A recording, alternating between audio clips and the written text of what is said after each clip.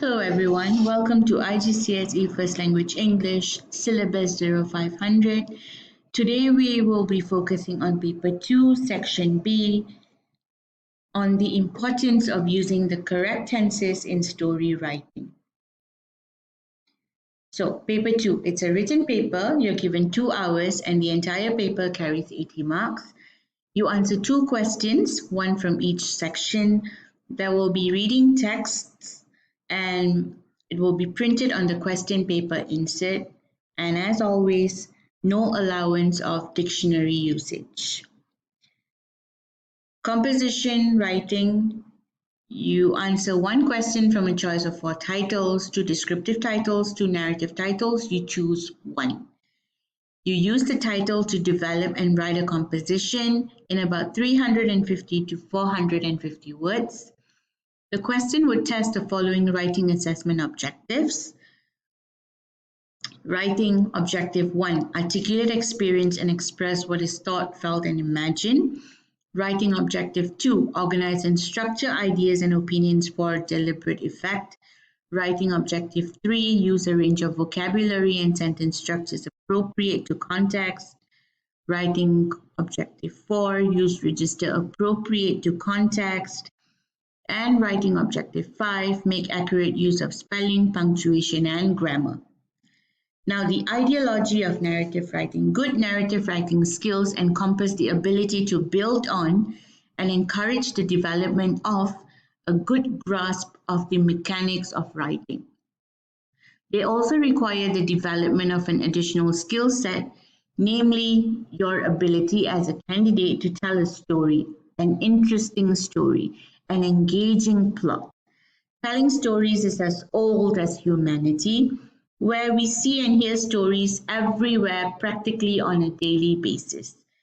You exchanging experience with your classmates, for instance, first thing in the morning, that's a way of storytelling. You observing your neighbors gossiping away about whatever that happened, that's a form of storytelling. Coming up with a good tale is a craft which can be taught, practiced, and perfected over time. So it's not rocket science. It can be done, it can be worked on. The main elements that comprise a good story would include setting, characters, problem, climax, and resolution. In a narrative or story writing, writers would sometimes choose to tell a story in the past tense and at times in the present tense. For example, Tara lost her balance and slid down the rocky slope. Cursing, she picked herself up and rubbed her grazed leg. That's written in the past tense. If it's in the present tense, Tara loses her balance and slides down the rocky slope. Cursing, she picks herself up and rubs her grazed leg. Whichever tense you choose, it's important for you to maintain the consistency. Okay, you begin with the past tense, you follow up and you end with the past tense. In the first example, all the verbs as established, they have the past tense, while the second example have the present tense. It wouldn't work if we mixed up the tenses below. Just imagine, Tara lost her balance and slid down the rocky slope. Cursing, she picks herself up and rubs her grazed leg.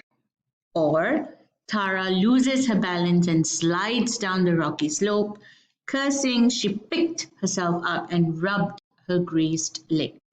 In the first example, it's clear that there is a change from past to present tense, whereas the second example, a change from present to past tense. This is highly not advisable. Why? Because it's confusing and it's incorrect.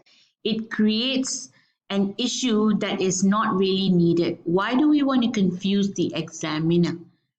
Okay, we don't need to change from one time to another at this point.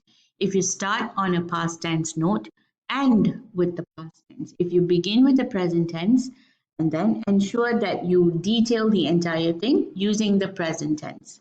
We want the story to continue basically in the same time frame.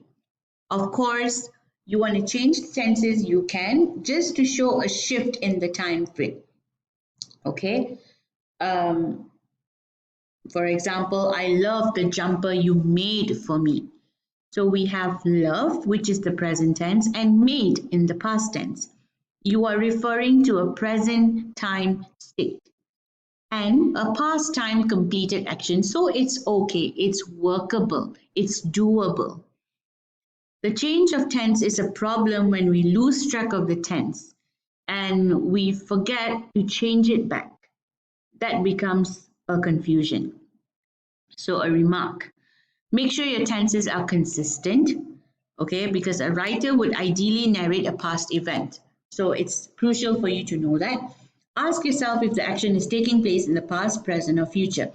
Just because your scene is transforming tonight, it doesn't mean you switch to the future tense. If it's still occurring in the present, stick to the present tense.